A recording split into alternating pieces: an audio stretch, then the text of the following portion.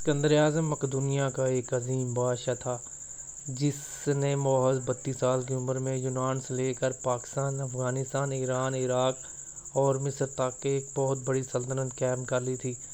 اسکندر اعظم 356 قبل مسیح میں مقدونیہ میں پیدا ہوا تھا۔ والد کی وفات کے بعد صرف 20 سال کی عمر میں تخت نشین ہوا۔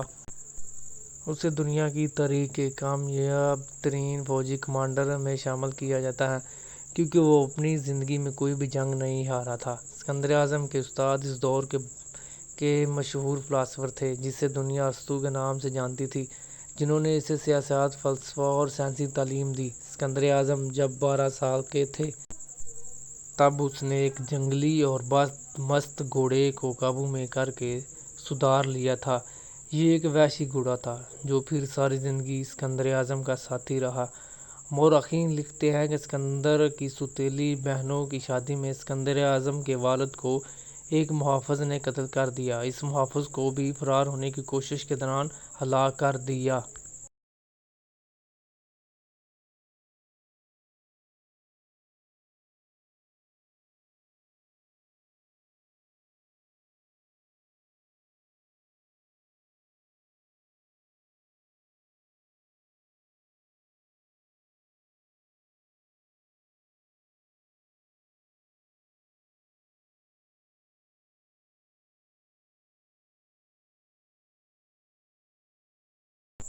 اپنے ایک سوتیلے بھائی کے سوا اس نے اپنے تمام افراد کو قتل کروا دیا جو ان کے اقتدار کے راستے میں رکاوٹ بن سکتے تھے۔ ان میں سے کچھ کو تو بہت ظالمانہ انداز سے موت کے گھاٹ اتارا گیا۔ بالآخر اسکندر تخت نشین ہوا اور اس کی نگاہیں سلطنت فارس کی جانب تھیں۔ سلطنت فارس اس وقت بہت عروج تھا۔ سلطنت فارس نے 200 سال سے زیادہ تک حکومت کی۔ اس وقت اس سلطنت کا طوطی بولتا تھا۔ یہ سلطنت تاریخ کی اصل طاقت تصور کی جاتی تھی جس کی سرحدیں پاکستان، انڈیا، افغانستان سے لے کر مصر، شمال یونان کی اور پھیلی ہوئی تھی۔ لیکن اس سلطنت کا زوال اسکندر اعظم کے ہاتھوں ہوا۔ 334 قبل مسیح میں اسکندر کی فوج فارس میں داخل ہوئی اور اسکندر اعظم کی موثر حکمت عملی ذہانت کی وجہ سے فارس کو شکست ہوئی۔ مورخین کے مطابق سلطنت فارس کی شکست کی ایک وجہ یہ بھی تھی کہ وہ پہلے ہی زوال کا شکار ہو چکی تھی۔ سلطنت فارس پر اپنا قبضہ مکمل کرنے کے بعد ان کی فوجوں نے مشرق کی طرف پیش قدمی شروع کی اور برصغیر تک جا پہنچی۔ اسکندر اعظم جب پنجاب میں داخل ہوا تو دریائے جہلم کے مشرقی کنارے پر راجہ پورس کی بہادر فوج اس کا راستہ روکے کھڑی تھی۔ پورس کی فوج میں پیدل دستے، گھڑ سوار اور تقریباً 200 جنگی ہاتھی شامل تھے۔ مون سون کی بارشوں کے باعث دریا بڑھا ہوا تھا اور گہراؤ زیادہ تھا جس کے باعث اسکندر کے لیے براہ راست حملہ کرنا ممکن نہیں تھا۔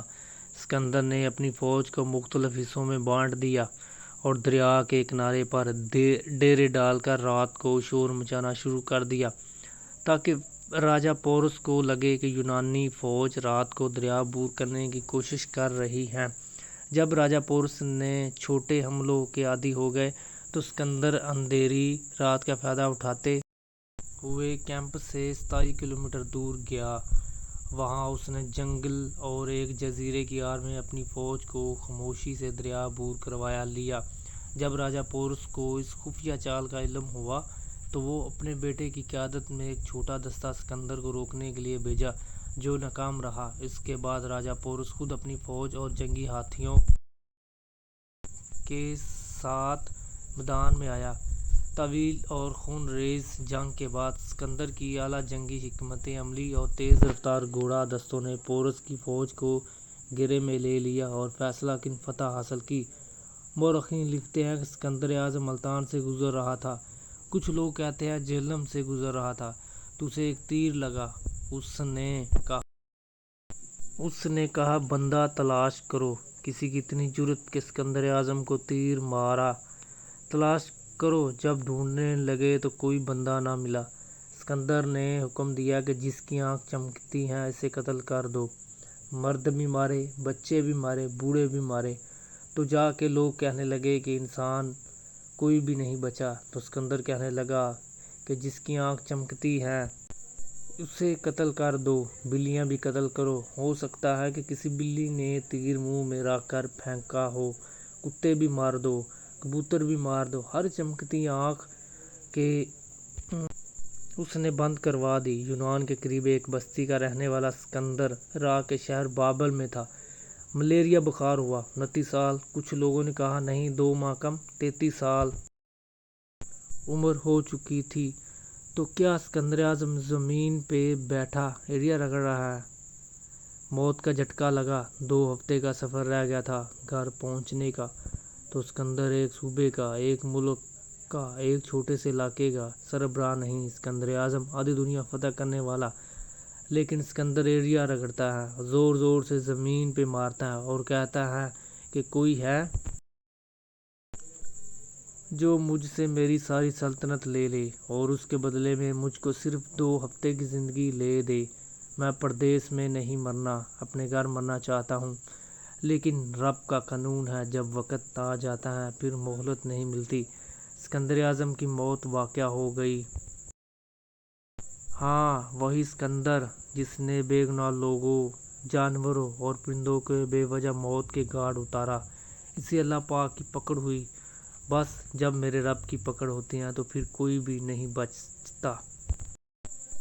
ایسی تاریخی ویڈیو اور معلومات حاصل کرنے کے لیے ہمارے چینل کو سبسکرائب کیجیے۔ اگلی ویڈیو آنے تک ہمیں اجازت دیجیے۔ اللہ حافظ۔